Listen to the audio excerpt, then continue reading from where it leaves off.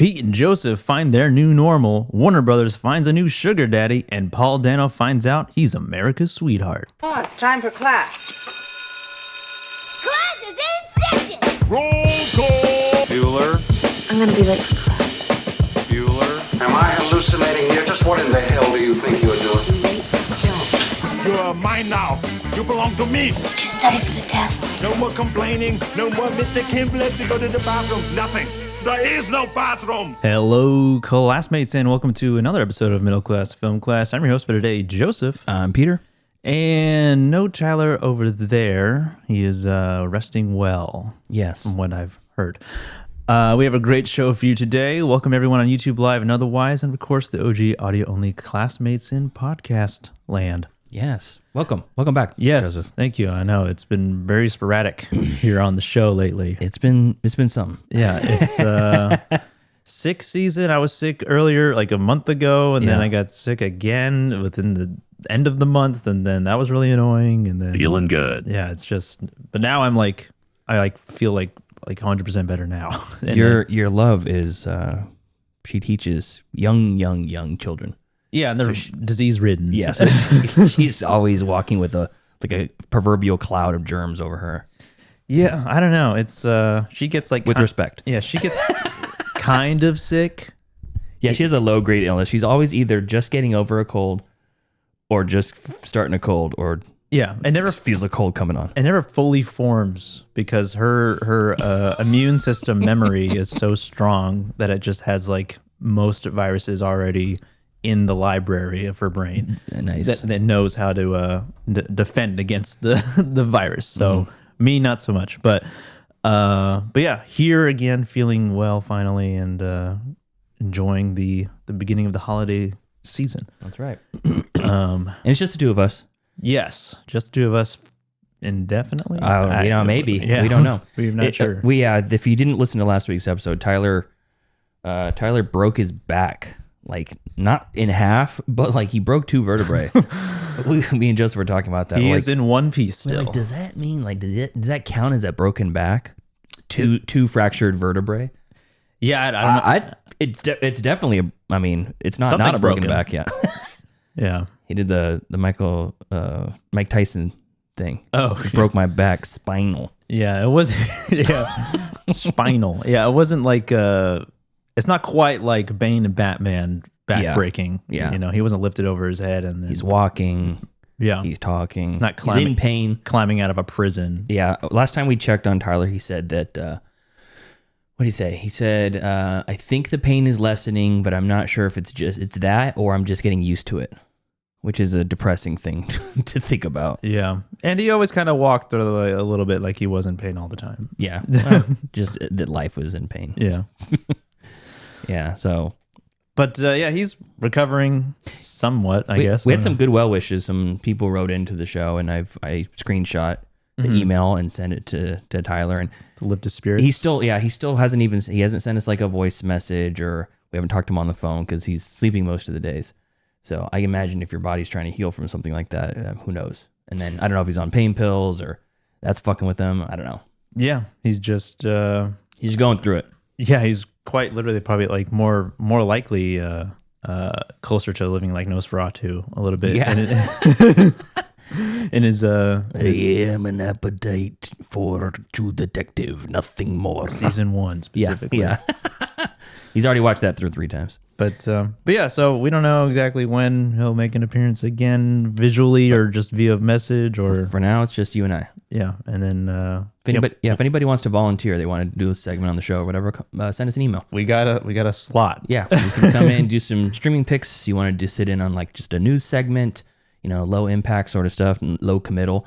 We're happy to get some of the classmates on. It would be a lot of fun to talk with some of the regulars or some of the people who don't really write in. We had a newer listener who wrote in, and he's basically saying, if you need me to come on the show and talk about whatever, I'm happy to do so. I've never really even emailed you guys, but I'm happy to come on the show. Absolutely. Yeah, absolutely. And we reserve all rights to edit that out, depending on how it goes. How good or bad it goes. Yeah. No. We leave it all in. It's all for fun. Yeah. I have some interesting news, kind of health related news Also too that medical happened. related. Yeah, my dad had a major heart attack this week, and like major. Yeah. And the way it went was he lives on property with my sister. And first off, he's fine. He's back home already. But he lives on property with my sister. He spent the last like 2.5 years building his final home, his like retirement home on the backside of the property. And there's like 9 people who live on that property. There's never not someone home or two. And he was home by himself and he started having chest pains. And he thought, I think I'm having a heart attack. I should probably get, are we actually? Yeah. Okay, cool. Just make sure. So he's starting to have chest pains, and he tells my sister, I think we should get an ambulance. I think I should go to the doctor. He does so. He gets an ambulance coming, and my sister just says, I'm just going to take you to urgent care. You okay? And he's like, yeah, might be indigestion, might be whatever. And they go to urgent care. They give him an EKG, and they say, you're not having a heart attack. I mean, no signs of that. But we don't have the best equipment here. It's just urgent care. If this was my dad, I would take him to the ER. So Jessica drove him from Lincoln to Roseville. Ooh. And on that drive, he went downhill very fast. Started going in pain, cold sweats, feeling like he was going to vomit. He's like, maybe we can call the ambulance, have him meet us at this intersection. Let's do that. And trying to negotiate, like trying to get there faster. Yeah. So she jammed to the hospital, pulled him in the roundabout, got him into a wheelchair because he couldn't walk at that point. And while they were checking him into the hospital, he had a full blown like widowmaker heart attack in the lobby. Crazy. Yeah. So they cut his shirt off, defibrillator, CPR, the whole shebang right on the floor of the hospital. And it's like, if you're going to have that sort of a heart attack, it's the best place you could do it is in the emergency room, in the lobby where they're ready to go. And so his heart stopped, but he didn't have any like brain loss or oxygen loss to the brain. So no long-term effects from that. And they put him immediately to general anesthesia, knocked him out. He was in so much pain. And they knew they were going to put him right into surgery. So they did an MRI. I found out he had 100% blockage in one artery and 80% in another. So they put 3 stents into his heart. And when we met with the surgeon, it was 2 hours from the time he had the heart attack to the time he was done with surgery and being wheeled off to recovery. 2 hours. And we talked to the surgeon. He's like, yeah, it was a perfect timing. I mean, it sucks that it happened, but it's like perfect timing and everything went smooth. The operation went great. And they went in through his artery in his wrist all the way up into his heart and put the stents in that way. That's crazy. Crazy. And then they showed us some x-rays and it was like one of his arteries was completely disappeared on the x-ray because it was so clogged. Oh, wow. And I asked him, like, how does this happen? Is it cholesterol buildup and the cholesterol creates a blockage, which is what I always thought. Yeah. And I'm like, you're thinking, oh, it's cholesterol just flying through the bloodstream and it just clumps together and makes a blockage. So what it does is cholesterol lines the walls of the artery and all your veins and stuff. And the doctor said if he's got cholesterol in his arteries, he's got it in his brain, in his arms, in his legs, in his gut. It's through the whole body. That's how it works. But your body creates a wall, like a barrier of its own cells on the outside of that to basically block the cholesterol. So it's like cholesterol lining and then human body cell lining. And if something happens, like a high stress event, and the arteries restrict or the veins restrict or it can become inflamed or something, then it breaks off the cells and then the cholesterol is free to flow into the bloodstream. When that happens, it's like picking a scab off and it's a tender on the inner walls of the artery and your body goes, whoop, we need to make a scab. So it creates a blood clot there, which basically plugs up this tender point and then it creates a blood clot and kills you. So that's how it works. And I go, so why is it a heart attack? And he said, well, because it happened in the artery. If it happens in the brain, it's a stroke. It's the same thing, but it's a stroke. Oh, so just based on the location, because it can happen in your calf too. It happens in your leg. He said it happens in your legs. You get extreme leg pain and your legs basically stop functioning and there could be permanent damage, like blood loss to tissue for too long, permanent damage. And he goes, it's always a chance it could lead to the brain because if it stops oxygen going to one part of the body, that's where the body gets damaged. Right. Your body needs oxygen continually in those all over. So because it just happened in the heart, it was a heart attack. Thus a heart attack. Correct. Okay. Yeah. So they said, blood thinners, heavy regimen of that, aspirin every day, and then a daily vitamin or daily regimen of blood thinners for the rest of his life, and a diet change. He said, change to a Mediterranean diet and you'll be fine. Yeah, and That's it. That's it. And he's literally from the time that he had the heart attack to the time he was out was like 48 hours, and they sent him home because he's recovered well. For 68 years old, he's in pretty damn good shape. The house I said he was building, he's building himself like with his own hands. Yeah. So he's in good shape. But ate in a high salt, high fatty diet for most of his life, and it caught up with him. So, yeah. So maybe I need to eat better. I don't know. I am my father's son after all. Just, if it was purely diet related, then Possibly. then like you can help that. So Yes, it is avoidable. it's not like type 1 diabetes where you're just passed down. The bad luck of the draw. Yeah, it's just bad habits passed down. But yeah, so Dad's good. Yeah. Tyler's good. Yeah. For having a heart attack and having broken their back, it's the best situation. Like Tyler didn't become paralyzed. He's okay. He's staying with his parents, I think. Yeah. We don't know. They're both alive and here. Well, that's as well as you can be. Better off in those situations than they could have been. Which is crazy that it just kind of all happened within a week, 2 weeks. Yeah, all within 2 weeks. Yeah, It is wild. But yeah. So on that note, let's get into some Gab and Chatter. yeah. Real news. Find some carrot in you, lad. Now's the time for Gab and Chatter. Gab and Chatter movie news, things to talk about movie related, and there's some stuff. Yeah. There's some drama that unfolded this week. Pete, what do you have? So first off, I'm going to talk about the new downfall of the media landscape In the movie industry. movie media landscape. Yeah. So Netflix is officially acquiring Warner Brothers for around $82 billion. Billion with a B. That's crazy. Yeah. 1 million bajillion dollars. And David Zaslav, that cunt, is he's excited about the merger. He calls it a win for storytelling. Of course he is. Bringing brands like HBO, DC, and Discovery under Netflix's banner to compete in the streaming wars. Despite industry concerns about the monopoly and the job impacts, Zaslav, who stands to become a billionaire from this. I thought he was already a billionaire. He's probably on the edge. Yeah. He's getting into the Phil 3 Club. Yeah. He framed it as a uniting of the two greatest storytelling companies. Fucker. Yeah, what a bitch. So Netflix gained WBD is the name of the actual company. Warner Brothers Discovery. Yeah, I think it's Warner Brothers Discovery. Yeah, it gained their film and TV library, which includes HBO, Warner Brothers Studios, DC Comics, Discovery reality shows, along with the rival streamer service HBO Max. So I imagine there's going to be some sort of bullshit merger name like Netmax. Netflix. Yeah, Netflix Max or some shit like that. He says it's almost not him, but almost across of the industry, everybody says that this is a bad thing, and I have to agree. I think this is terrible. Hey, Angry Otter's in the chat. It's awful. Yeah, it's like all of media is going to be owned by 2 or 3 dudes. Yeah, there was an Onion Onion article headline that said, the headline just said, only 5 companies left, and it's like 2 white guys shaking hands. And it's like, it's sad how, and when you look at like consumer grade food, it's like Frito-Lay's, PepsiCo. Oh yeah. I don't even know the names of them, but the big ones, the higher up you go, it's like, it ends up being like 3 companies. Yeah.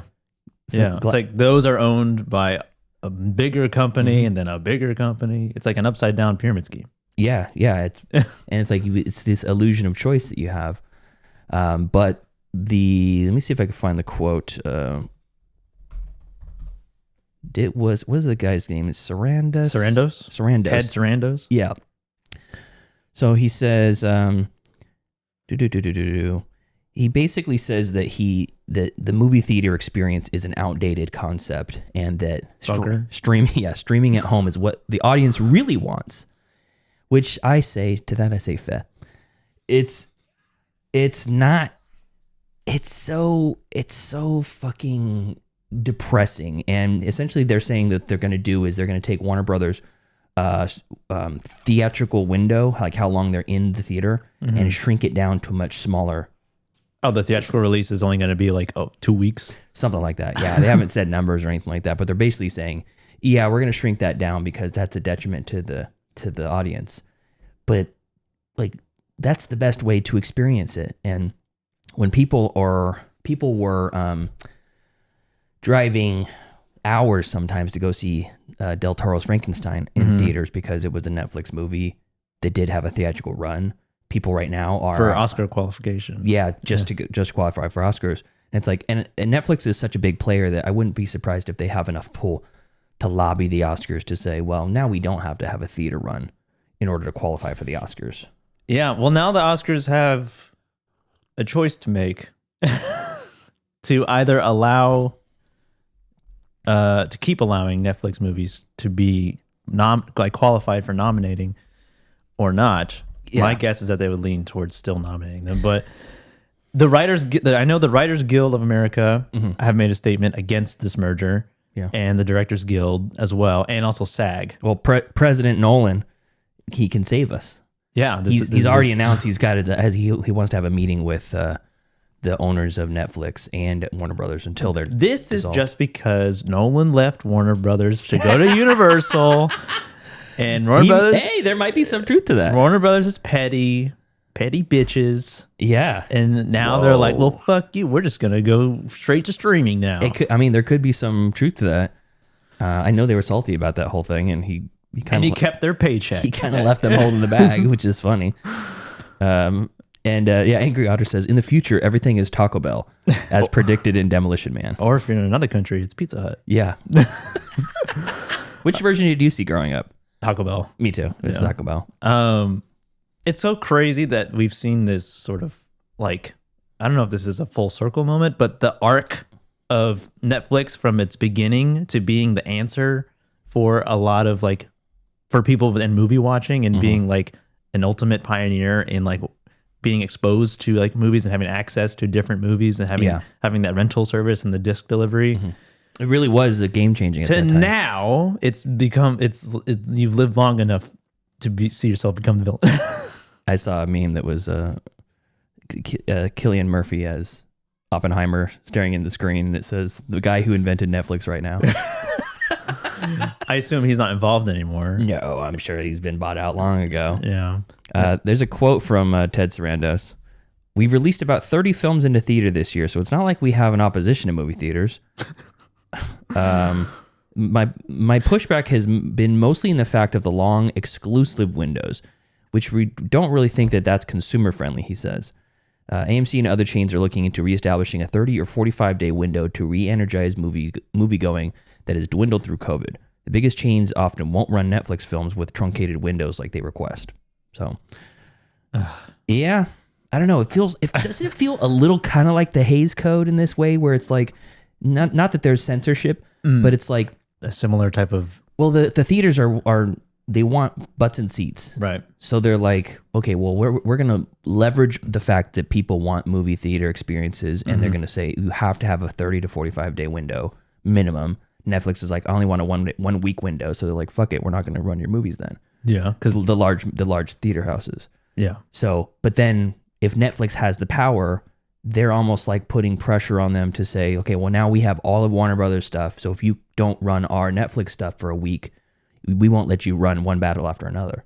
Yeah. We won't let you run Sinners. You know, it's like the biggest movies of the year are being withheld from them potentially because they have this immense power over this huge chunk of the market. Yeah. And then they're going to be losing out on that money. Correct. But they only have a limited amount of.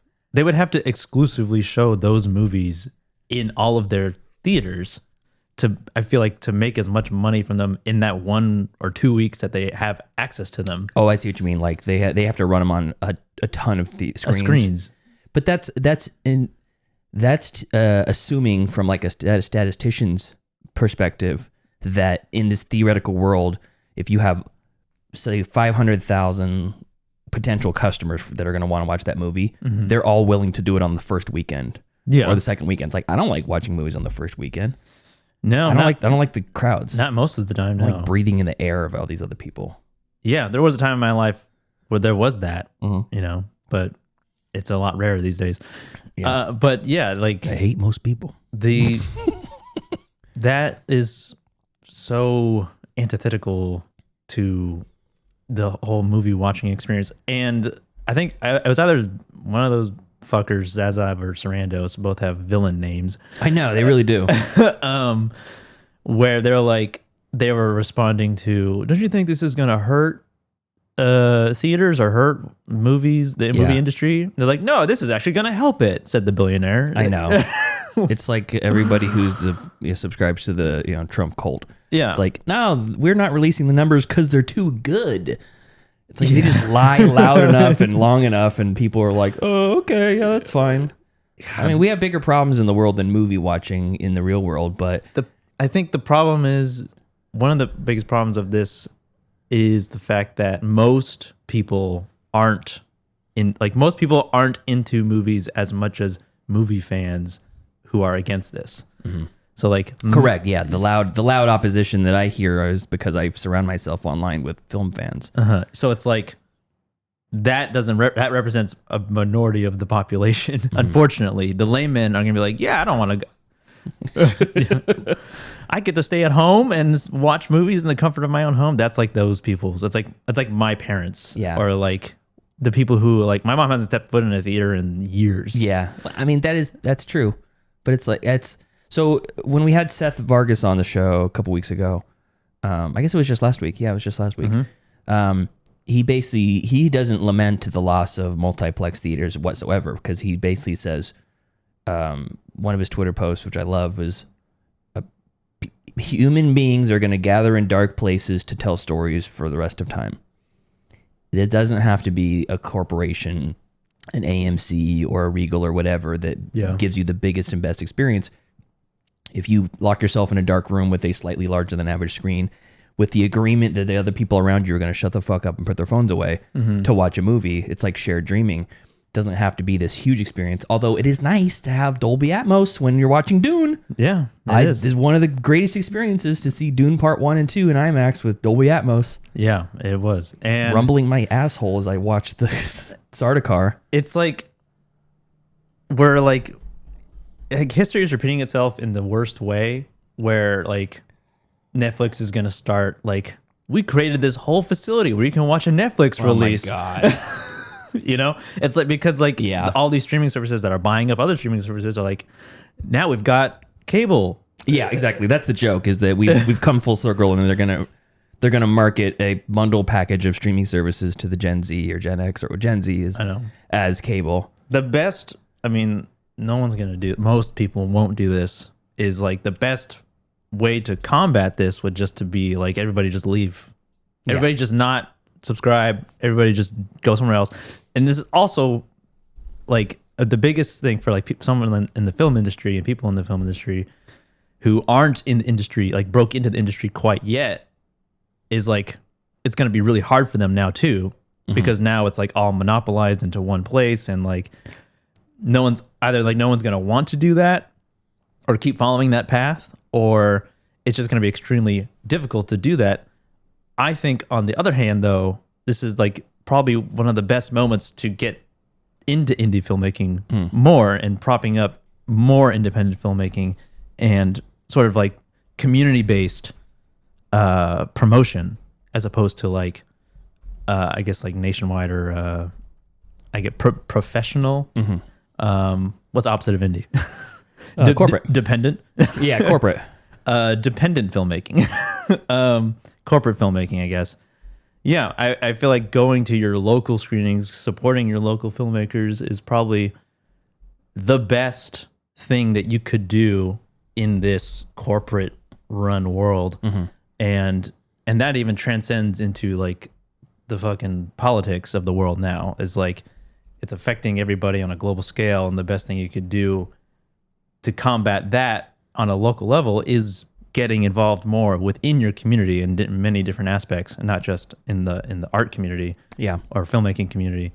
But if you are in film, doing that as well, I think is probably the best course of action to rebel against this bullshit. I saw a quote from Kristen Stewart where she basically says, I'm I can make a movie, and she's planning on making a movie with about 15 or 20 people that they're going to shoot at night in LA over the course of about 15 to 30 nights, depending on what the script ends up coming into. And they're going to pull no permits and just do it on the run. Good luck trying to stop me, basically. And we're just going to self-distribute. And it's like, that's pretty badass. And she's got the money to be able to do a better version of that. But you can do the same thing with a fucking iPhone now. Yeah. You know? Yeah. Story above all. But if you have the money to make it, the visuals and the audio and all that stuff and the polishing even better, then you can reach a bigger audience. If you have the resources, and a lot of people do, or the access to people who have access to other people, who have access to whatever equipment, gear, actors, whatever, and you want to do that, then that's like it's within your realm of possibilities. Yeah. To be able to do that. I hope it's not as bad as it seems to be, you know. Yeah, I hope so. And who knows when this is going to take because actually effect. The merger could be slapped down. It could be shareholders and boards and all that stuff saying they don't want it, but I doubt it with the kind of money they're throwing around. $82 billion. Yeah, here's a couple quotes. The negative impact of this acquisition will impact theaters from the biggest circuits to one-screen independents in small towns in the United States and around the world. This is from Cinema United President and CEO Michael O'Leary. Cinema United stands ready to support industry changes and lead to increased movie production and give consumers more opportunities to enjoy a day at the local theater. But Netflix's stated business model does not support theatrical exhibition. In fact, it's the opposite.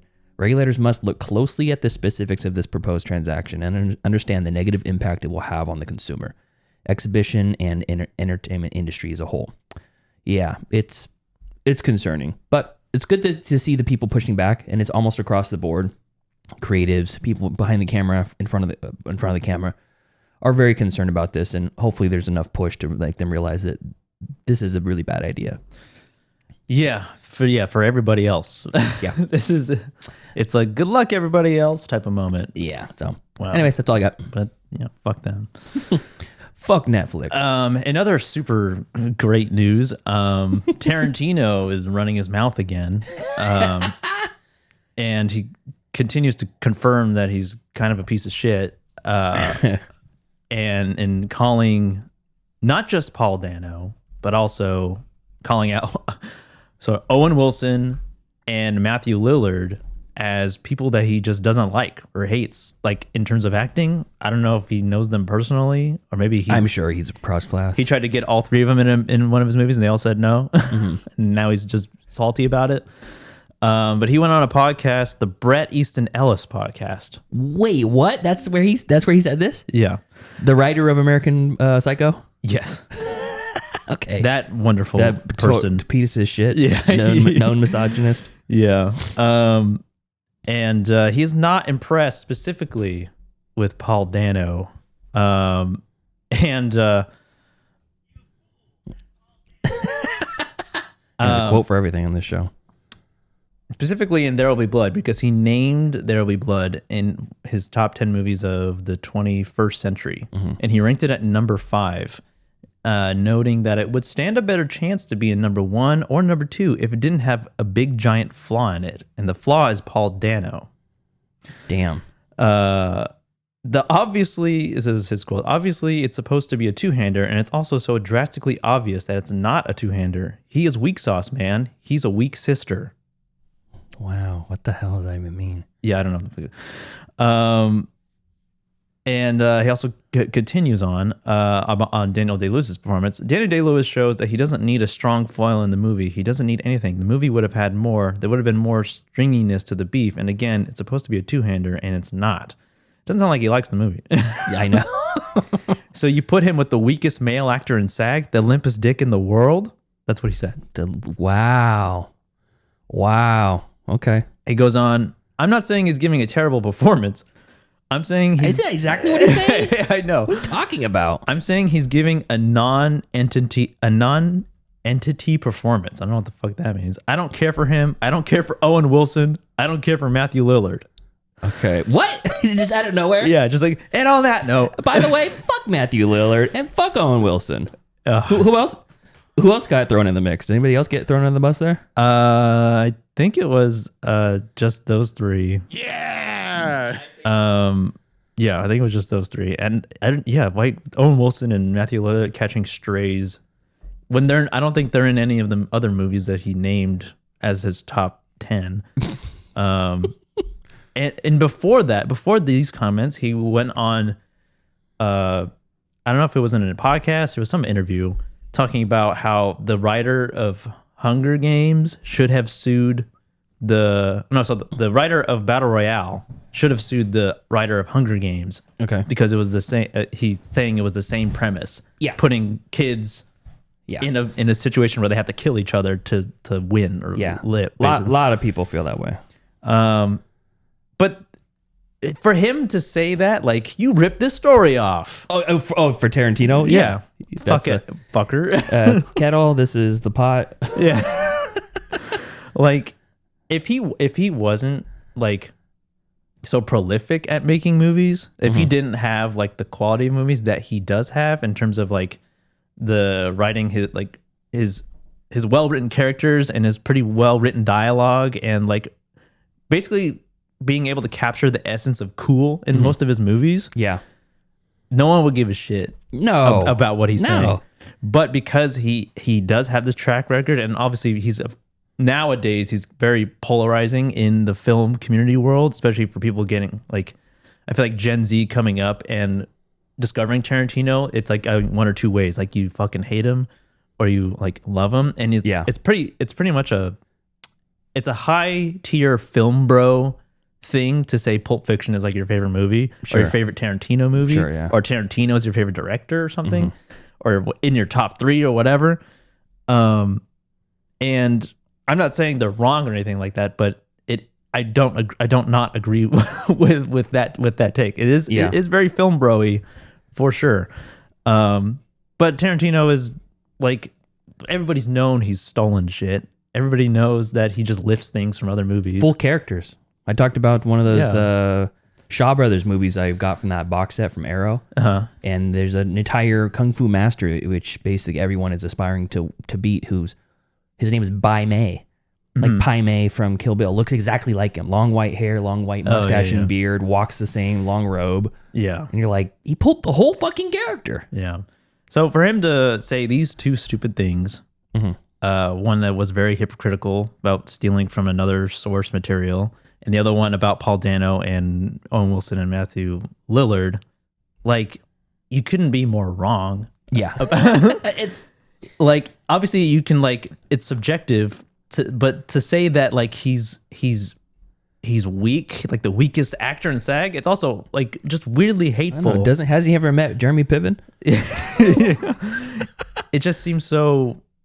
It's like, why do you have so much salt towards this guy? I don't know. I don't get it. So the Twitter discourse has been great.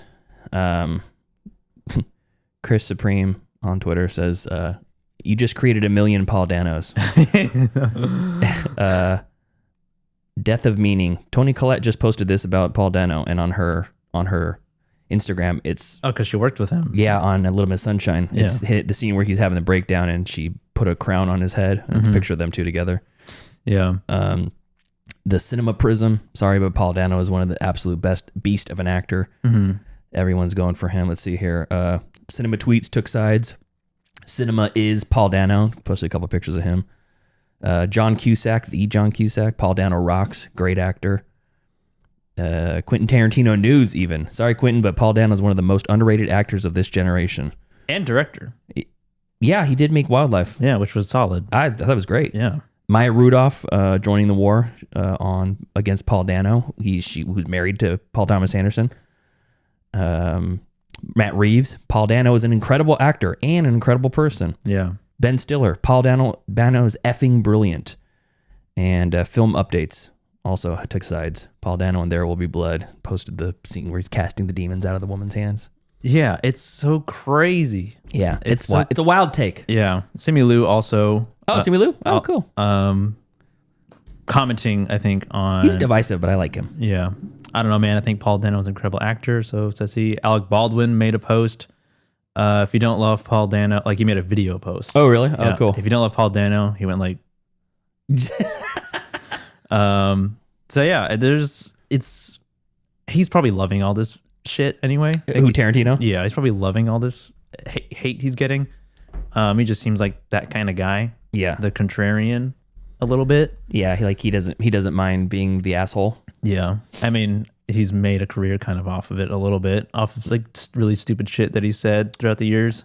I did hear someone who knows Paul Dano's schedule say he probably doesn't know about any of this because pretty much all he does is watch plays, read books, and read scripts. He's like lives in the country and just doesn't do shit. Yeah. He just happens to be immerse himself in it. He's like a theater guy, you know? Yeah. He doesn't seem like someone who would have social media. Yeah, exactly. Yeah. So anyways. And Tarantino either, although I can't see, I feel like I see him all the time on it. I think he's just interested in talking film. Yeah. I don't not necessarily like being online And bullshit. Yeah, so if someone invites him to do a radio show, he's like, yeah, whatever. Some podcast, okay, I'm there. You talk film, okay, cool. Tickle my balls. Yeah, I don't know if you've seen that old clip, like I don't know what it's from, old video of him talking to Fiona Apple, and like he's just like running his mouth on like whatever movies, and he's just like talking at her, and she's like listening, just like you can tell that she's just being She's completely 1,000 miles away. Yeah, like I'm fucking done with this guy. exactly. Yeah, So that just feels like he's kind of been that way for a long time. yeah. But yeah, Tarantino, I don't know. A good thing he's not making any movies anymore, I guess. Yeah, sure. We still got the David Fincher Cliff Booth movie. We'll see how that goes. But yeah, let's get into some stream picks. Movies. Wanna watch a movie? Yes, I do. Disney Plus, oh, HBO Max. If I don't get the pick, show's over. I have grown accustomed to Hulu Plus. Amazon Prime. I like Netflix. You found the pick. Streaming picks. Movies that we watched on our streaming services that we will recommend or not recommend to you as well. Pete. So I've been really, really busy at work, and when I'm not at work, I have been playing a lot of video games lately. Been playing Dead by Daylight. Nice. Just been obsessed with it. Me and Brianna play it together. It's great. Reminds me of the old Fortnite days when we'd all squad up together and just hang out and most nights and play and chat. It's like That was before everyone was good at it. I know, exactly. Yeah. And there's still a little bit of that like cross-platform KBM sort of skill-based gapping with Dead by Daylight. But it is very fun, and they have good skill-based matchmaking. So if you're a moderate player, you'll get usually paired up with moderate other players and vice versa. So if anybody plays, hit me up. We can squad up together. Be a lot of fun. So I didn't watch much. I did watch Troll 2. Did you watch Troll 2? I did watch Troll 2. Okay, so we'll talk about it in a second. But I wanted to just take a second to go through some movies because I was scrolling through Netflix looking for something to watch, and it's Troll 2. I was trying to find Troll 1. And I was like, okay, because once you get into their menus, it's like, see the first one. It says a little thing on there when you watch like a Troll 2 or something like that. And I was trying to click on it and it wouldn't go. So I took some weird screen. I'm scrolling through. I'm like, oh, it's got this on here. Oh, it has this on here. I didn't know that. So since I didn't watch anything this week really besides Troll 2, which we're going to talk about together, I want to talk about some of the movies. Just list off some that are very good and are worth your time. Most of these are things that I don't need to tell you are good, but if you haven't seen them yet somehow, it's a blind spot. It's on Netflix. Most people have Netflix. It's pretty accessible. So Stand By Me, Stephen King movie. Stephen King story, directed by Rob Reiner. One of the greatest directorial runs of all time was Spinal Tap, When Harry Met Sally, A Few Good Men, Princess Bride, and Stand By Me. Wow. All in a row. What the All fuck? very different types of movies. I know. It's crazy.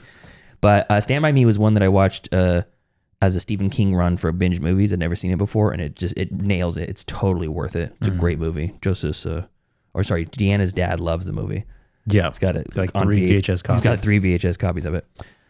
Green Mile, one of my favorite 3-hour movies, also Stephen King. Frank Darabont directed. He likes prison movies, I guess so. based off of Stephen King movie or books.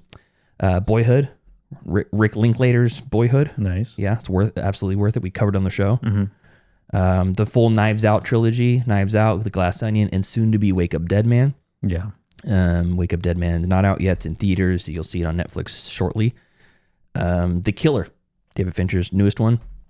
Great. I still don't think it's like top tier Fincher for like story, like the plot, but the execution is just precise. It's so good and sterile in the best way.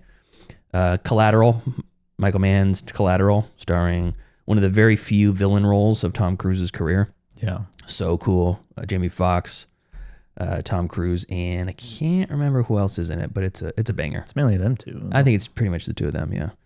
Baz Luhrmann's Elvis, divisive. I fucking loved it though. Not always a Luhrmann fan, but this was great. A series, Love, Death, and Robots, mostly animated, sometimes live action, sometimes hybrid.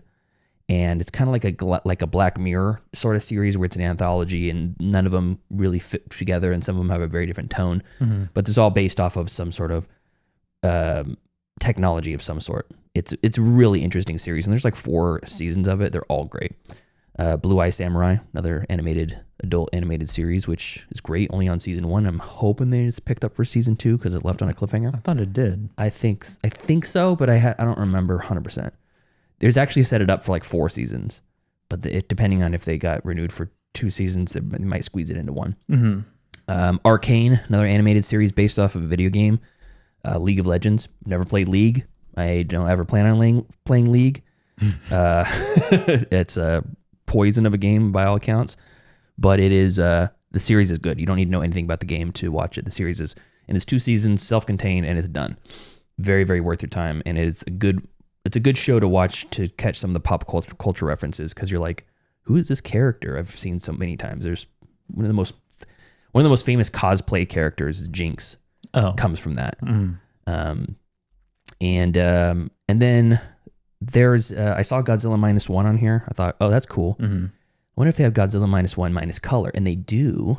Mm-hmm. So you can watch the black and white version. Mm. So I put it on for like 10 minutes yesterday, and I changed it. Here's this is my recommendation to everybody. Godzilla -1 minus color. Okay. Audio English dubs. Subtitles traditional Chinese. Oh, I see. Yes. Okay. Just to get the full feel of watching it on TBS or Sci-Fi Channel or whatever back in the day when they're trying to appeal to all the most amount of audiences you can or whatever. And it's like watching the English dubs over the Japanese mouth movements with simplified Chinese or traditional Chinese on the bottom. Mm-hmm. Isn't it Japanese?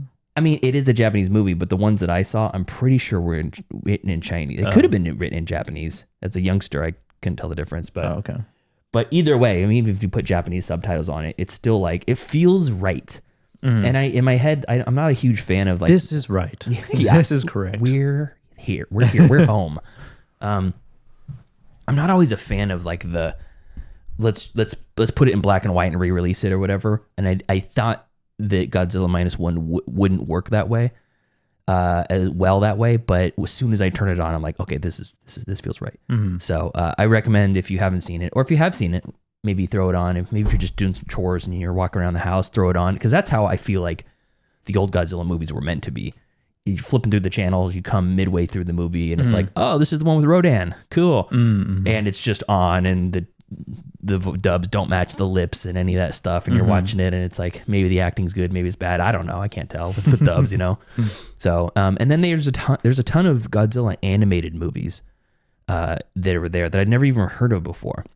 So they have like Godzilla King of the Monsters and that kind of monster verse, but there's like an entire series of animated Godzilla movies which I didn't see, so can't recommend if they're good or not, but there's this entire Godzilla section on Netflix now, which is kind of cool. Oh, okay. Yeah, so I categorized it. Yeah, I clicked on Godzilla -1, and then it was like, do you want to see all Godzilla movies? I'm like, yes. There's a Pope shit in the woods. Do they have a lot of them? Yeah, there's a lot. There's a ton. I just kept scrolling, and I stopped at some point because I wasn't planning on watching them. Angry Otter says, the civilization in the freezer was really cool. That was Love, Death, and Robots. That one had Topher Grace in it, I think. So anyways, those are some recommendations. If you haven't seen any of those are strong recommendations. But I did watch Troll 2, and so did Joseph. So Yes, newly released. Not to be confused with the original Troll 2. The 1990 version. Yeah, I not think that that's what one. it was. Yeah, 1990. They do say Nilbog, though, Yeah. in the movie. Did you notice that? Yeah. It's- My little Nilbog. Yeah. Which is goblin backwards, apparently. Okay, so let me pull up the specs on this. 50% on Rotten Tomatoes. Okay. 5.4 on IMDb. What's the first one have? Let's see. Troll 1. This is a Norwegian movie. too. Yeah, let's see here. Norwegian language. 5.8 on IMDb. Troll. That's better than that. Yeah. I thought it was. Well, I the thought first so one. too. Let's see. Rotten Tomatoes. And the Troll from 2022 Rotten Tomatoes is 90% of the audience score. And no, sorry, 90% on the critic score, 50% on the popcorn meter, which is the audience score. Really? That's surprising. That's kind of wild. That's really surprising. Let me see. Critics like this movie? Yeah. Troll 2. Let's see if the split is on Rotten Tomatoes. 50% critic score for number 2, 36% audience score for so the scale part 2. went down for both. Both, yeah. And I do think it's less good than the first one. Correct. I also think that as well. Yeah, but what did you think, Oliver? Did you have fun with it? Funny enough, it kind of reminded me of Godzilla a little bit. Me too. Like especially when you see that they are holding one of the trolls like in prison or It's like a Pacific in Rim. hostage. Yeah, it's yeah. like a suspended animation just standing there, and they're It's like, kind of like King of the Monsters. yeah, With Millie Bobby Brown, where she has like a mental connection to it somehow. yeah. Yeah, but they're like they have this underground facility in the mountain, and they have this troll who's like in slumber. I don't know if it's just sleeping or if it's like they knocked it out. They say it's just hibernating. But it's like chained up, and they're just like searching. They're like studying it. They've X-rayed it. Yeah, they're like taking bits of it off and like learning about. There's all these labs and stuff. But it does carry on from the end of the first one with the same woman, right? Yeah. And the end of that one was like her dad, who was like, he was like isolated in the mountains, like because everybody thought he was crazy, and He was like Bryan Cranston in the 2014 Godzilla. yeah, He was the guy Exactly. that he's like, he'd seen it and no one believed him. yeah. He was a crazy one. Yeah. And this one, it was I don't know. It felt sillier to me. It was definitely silly.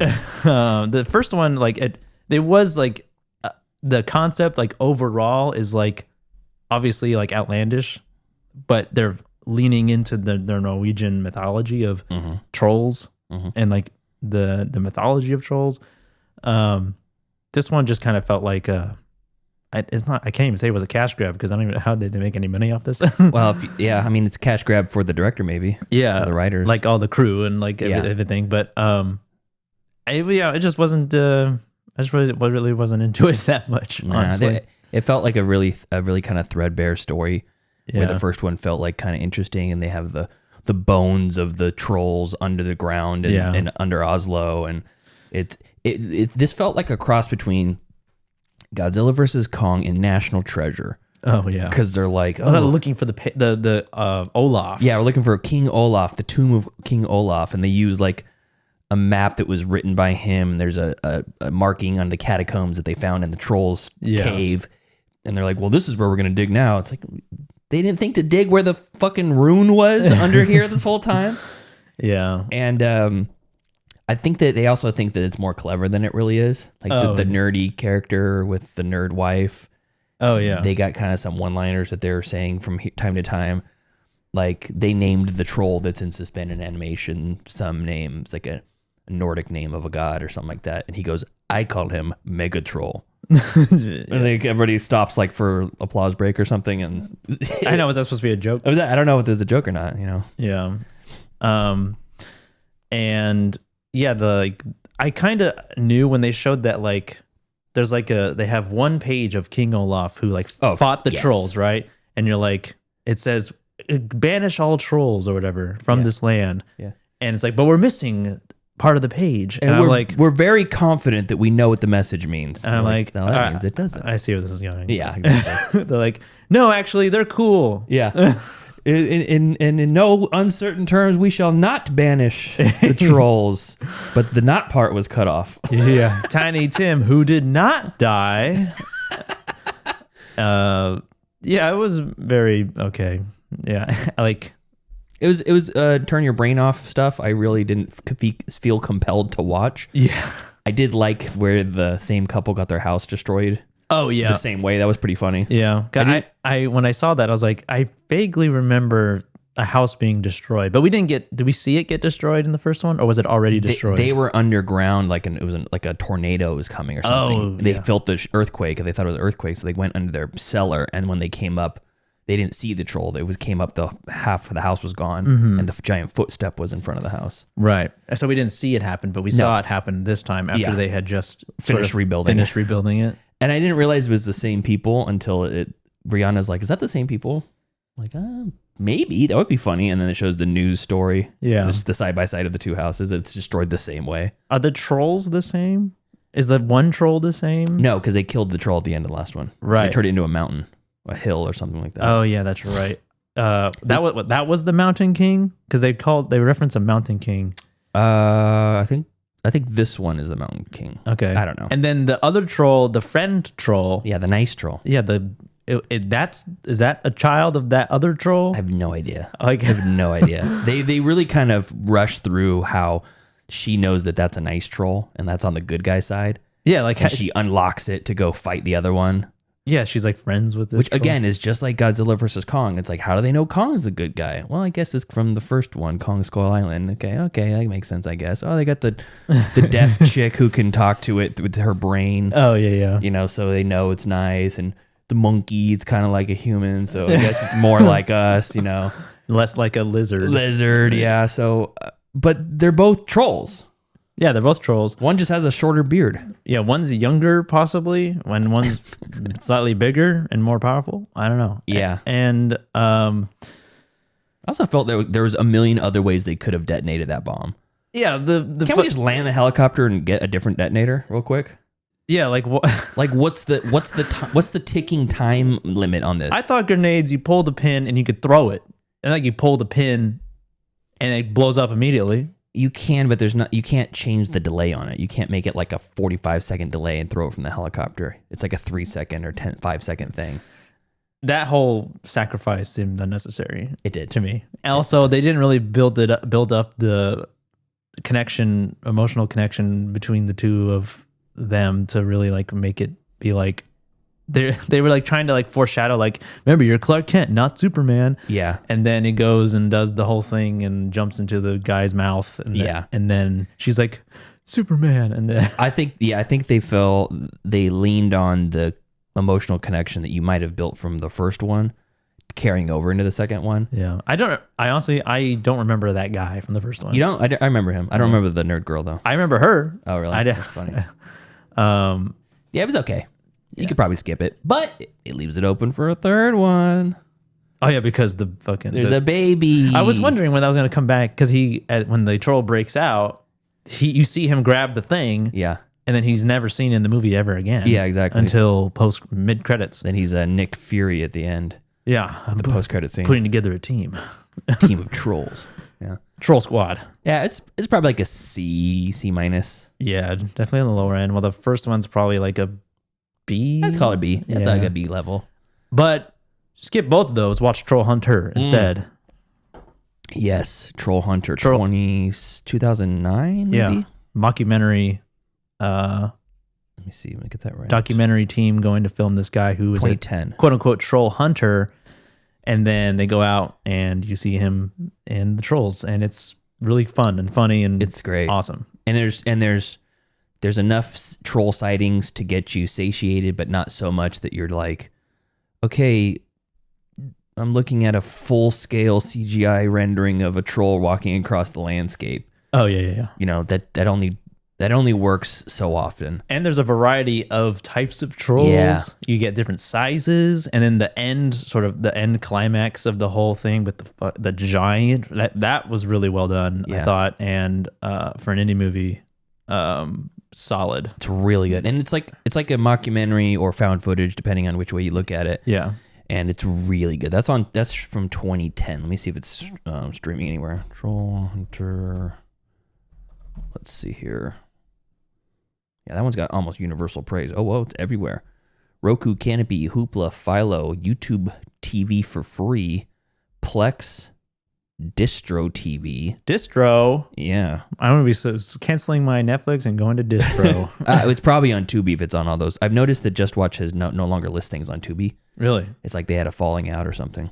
Just Watch and Tubi? Yeah, because it's not listed anywhere. Even if you click on the free tab, really, it won't show Tubi anywhere. And Tyler's given a number of streaming picks where I'm like, doesn't say Tubi's on here, and he's like, I guarantee I watched on Tubi. I'm like, okay, and That's I look it up and I can pull it up on the screen. So I think they just assume everything's on Tubi. So that's kind of wild. Yeah. So that's it. That's all I got. How about you? I've only got a couple. Kind of been watching Christmas movies. Muppet Christmas Carol, goated.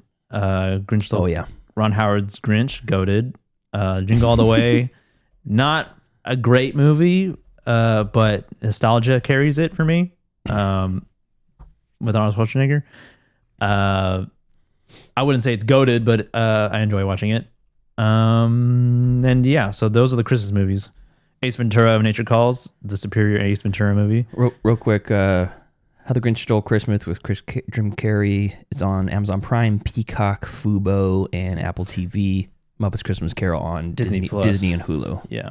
Actually, one thing about the Grinch, I have a DVD copy of the Grinch. I've had it since 2001. Mm-hmm. It's got it's a green case. Yeah. And it has when at the time, for some reason, I felt the need to in Sharpie write my name on it to like, this is mine. I'm buried with this DVD. Exactly. And it's the 4:3 version. Oh, okay. I watched it on Prime. Okay.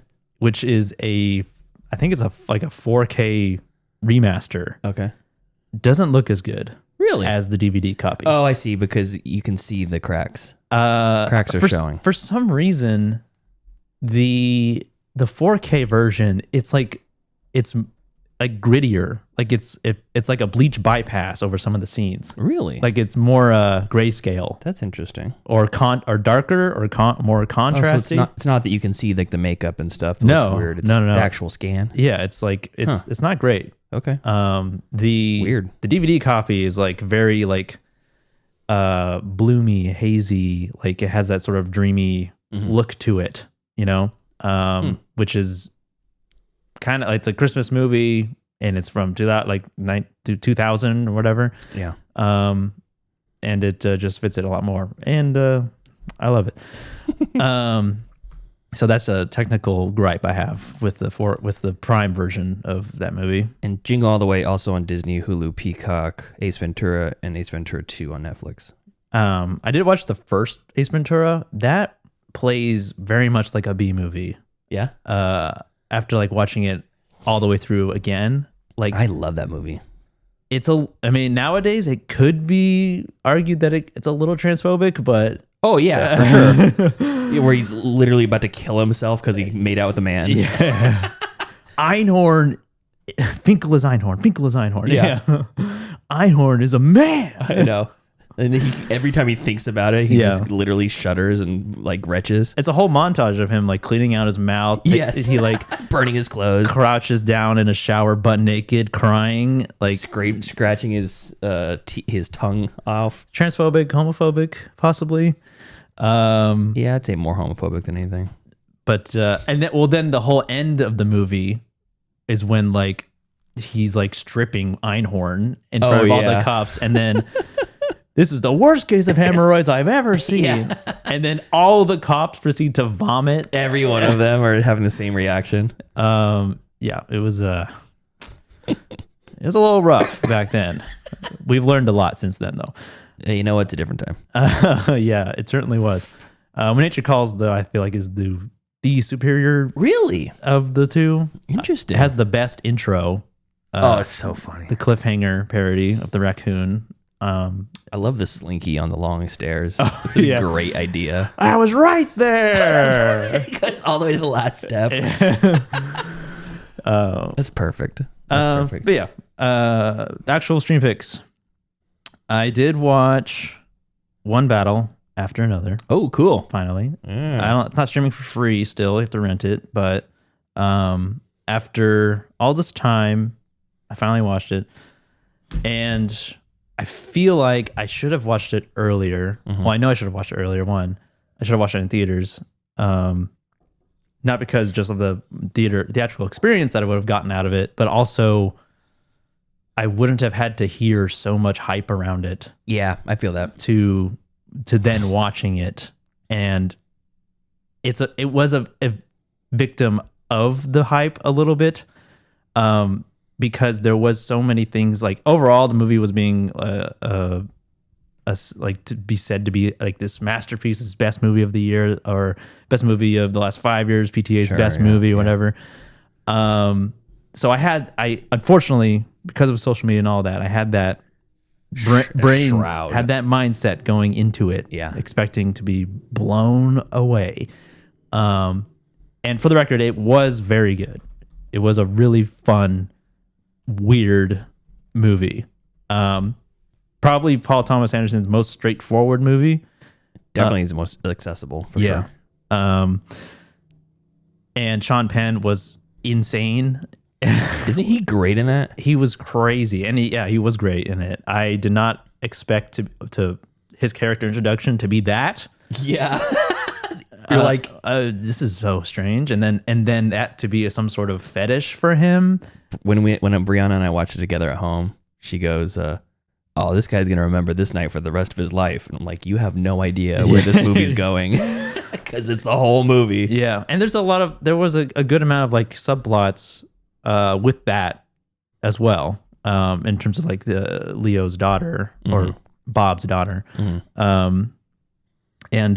I enjoyed it a lot. Sean Penn's character was insane. I can't remember his character's name. It's like something Jack Lockjaw. Colonel Lockjaw. Lockjaw. What a name. Stephen J. Lockjaw. I didn't expect that's what it is. the similar kind of like, I guess, parallels to Eddington a little bit, in terms of like the political aspect. Oh, yeah. And then the whole government underground like Nazi cult thing. Yeah. Which the was Christmas Adventurers Club. Yeah. I was like, that's so specific. And I actually didn't expect Sean Penn to be the main antagonist. I thought he was like a side character. Yeah. But no. The system is the ultimate main antagonist. Yeah. And never, and then doesn't have a face. The Christmas Club was like the organization that is just kind of, that's the goon squad. Just kind of going continuously throughout. It's just sort of like this unseen entity that you're introduced to, and then that becomes something that's like kind of in the back of your mind as you're watching the rest of the movie. Yeah. Because this character, he's trying to get in with that club, Lockjaw. And of course, I don't remember that guy, the actor's name, but the main guy that he talks to for joining the club, I feel like he's played similar characters before. I don't know the actor's name, but which one? The guy who looks like looks like Gavin Newsom. Yeah. Tony Goldwyn. Okay. Yeah. His character's name is Virgil Throckmorton. Did you catch? What's his name? The guy from Billy Madison. In that. What guy? Jim Downey. Jim Downey. Jim Downey's the guy that says, everyone in this room is now dumber from having heard that. Oh, was that him? That's him. He's one of the guys sitting at the table with them. Oh yeah. He's actually sitting at the couch when he goes upstairs, and they have like that's him. That's him. Yeah. He looks so different. Yeah. You seen that clip from Conan O'Brien Needs a Friend or something like that, where the guy's basically saying, he's talking about Jeff Epstein. He goes, "Jeff Epstein, the financier." No, I have not seen that. You haven't seen that clip? No. Oh, it's the same guy. He was a writer for SNL and a writer for Adam Sandler for years. Oh, really? He was actually in There Will Be Blood as a bit part. He's also in Chair Company. He's in the Chair Company. He's that same guy. And he's in this. I recognized him from Chair Company. Yeah. I was like, hey, it's that guy. He's in There Will Be Blood. He's the guy that Daniel Plainview was like, why don't I own this? Oh, I see. And he's the surveyor who's like selling him all the property. Oh, okay. Yeah. I loved the first 30 minutes of it because I love seeing SAC represented. Oh, yeah. And in where they filmed, I work in that area and I drive through that area like every day. So while I was watching it, it was fun to see the geography of the sort of chase scene that they're going through. And I was like, all right, that's I Street. They're going to head towards the freeway. No, Yeah. They turned left or right or whatever. I'm like, okay, it makes sense, I think. Figuring it out. And then smash cut to the Tower Bridge. And you're like, yeah, that's not there. I mean, they would have to, you'd have to drive down 3rd and then it's right there. Yeah. It is funny to see that though. Yeah, it was cool. I like that. And SAC's only featured really in the first 30, 40 minutes of the movie. Before she gets caught. And it's like the flashback. It's like the before time. Yeah. Before the present.